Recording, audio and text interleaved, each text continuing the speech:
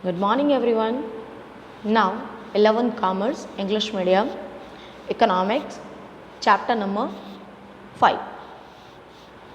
Now, the concept is total revenue, average revenue, and marginal revenue under the perfect competitions and perfect competitive market. Perfect competitive market का मतलब ये होता है कि जहाँ पर आप किसी भी शॉप पर चले जाओ, किसी भी प्लेस पे चले जाओ, बट गुड्स की प्राइस के अंदर कोई आपको डिफरेंस मिलेगा नहीं, हर प्लेस पे सेम प्राइस होगी।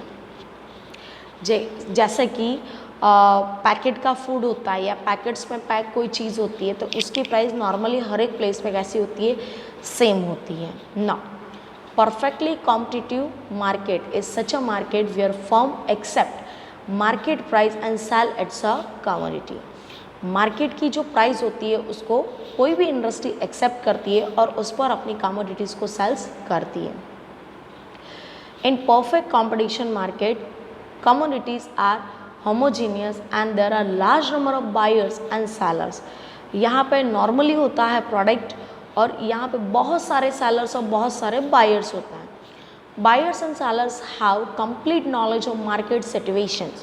मार्केट की क्या कंडीशन है, कितना डिमांड है, किस तरीके से सप्लाई करना है, सारी की सारी उनके पास इंफॉर्मेशन होती है। Price is determined by demand and supply of a commodity and firm sells the commodity on that price only, no firm can affect the price. जहाँ पर सारे के सारे फर्म उस प्राइस के लिए रेडी हो, उसी प्राइस पर यहाँ पर गुड्स एंड सर्विसेज को सेल्स किया जाता है। Therefore price is fixed and constant. Price कैसी होती है, फिक्स और कांस्टेंट। हाँ, डिमांड चेंज हो सकती है बट प्राइस कैसी होगी, fix and constant. Now in perfect competition market price average revenue equal to marginal revenue. यहाँ पर एवरेज इनकम और मार्जिनल इनकम दोनों कैसी होती है, सेम।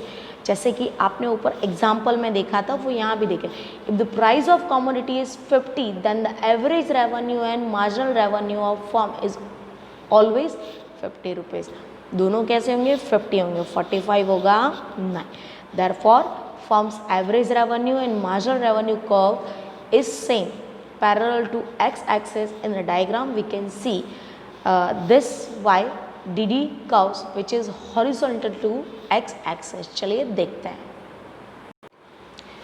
देखिए यहाँ पर जो है ना आपको दो लाइनिंग देके रखी हैं x एक्सिस और y एक्सिस पे। एक जीरो से स्टार्ट हो रहा है और धीरे धीरे अपर की ओर जा रहा है, that is a R means total revenue. ये टोटल रेवेन्यू है। और आगे बात की जाए तो जो दूसरी लाइन है एक्स के पैरेलल है, एकदम स्ट्रेट है। यहाँ पे AR और MR दोनों कैसे हैं, इक्वल। एवरेज रेवेन्यू और मार्जिनल रेवेन्यू इक्वल है।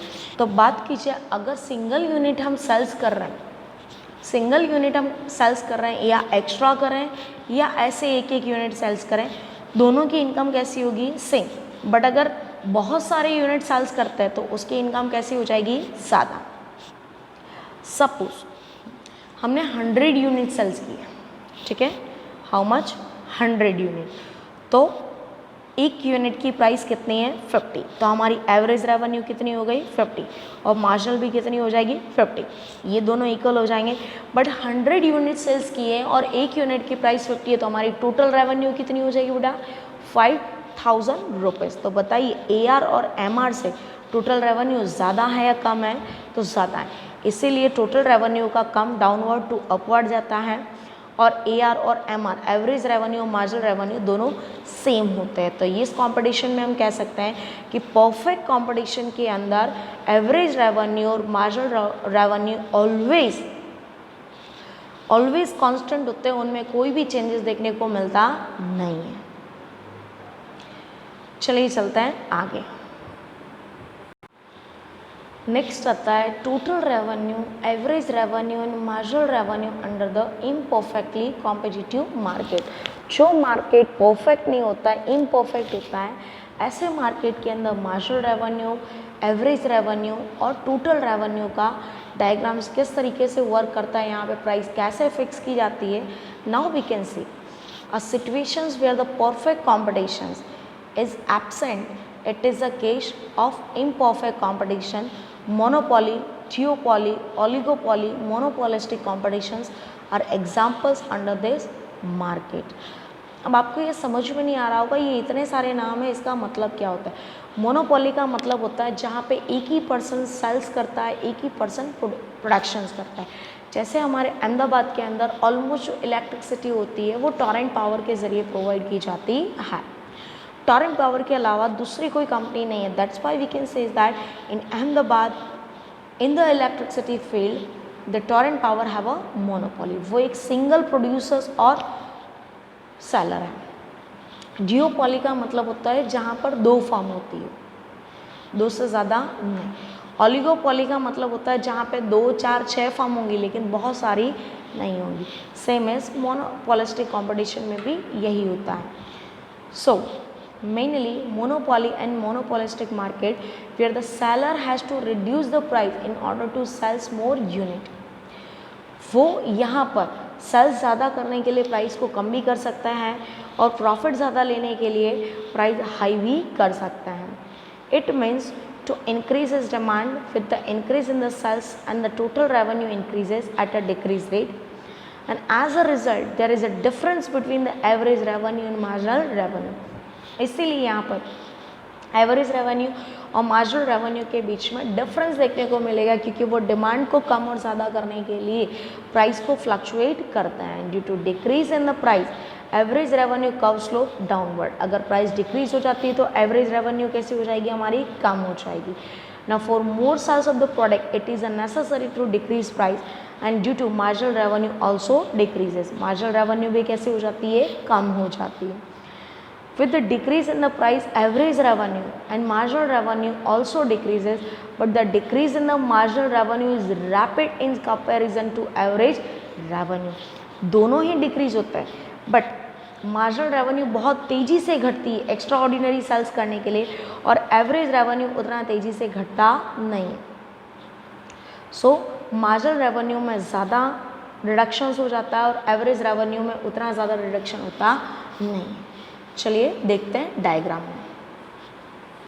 देखिए यहाँ पे आपको डायग्राम देके रखा है, एकदम क्लियर कट है कि सबसे पहले आपको MR मार्जिनल रेवेन्यू का कर्व देके रखा है और उसके बाद आगे बढ़ता है AR मतलब एवरेज रेवेन्यू का कर्व बढ़ जाता है। सो इससे हमें पता चलता है यहाँ पर कि किस तरीके से मार्जिनल रेवेन्यू और एवरेज रेवेन्यू में हमें चेंजेस देखने को मिलता है।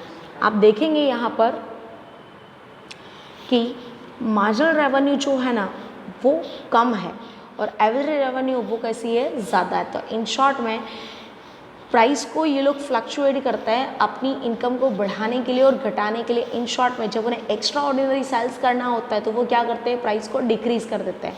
तो एक्स्ट्रा ऑर्डिनरी जब सेल्स करना होता है तो एक्स्ट्रा ऑर्डिनरी प्रोडक्शन करना पड़ेगा, तो मार्जिनल रेवेन्यू कैसे हो जाएगी, कम हो जाएगी। लेकिन जो जितना उनका सेल्स है उसका जो एवरेज रेवेन्यू होता है वो कम होता नहीं, क्योंकि नॉर्मली उतना सेल्स होगा लेकिन एक्स्ट्रा ऑर्डिनरी करने के लिए वो डिक्रीज करता है।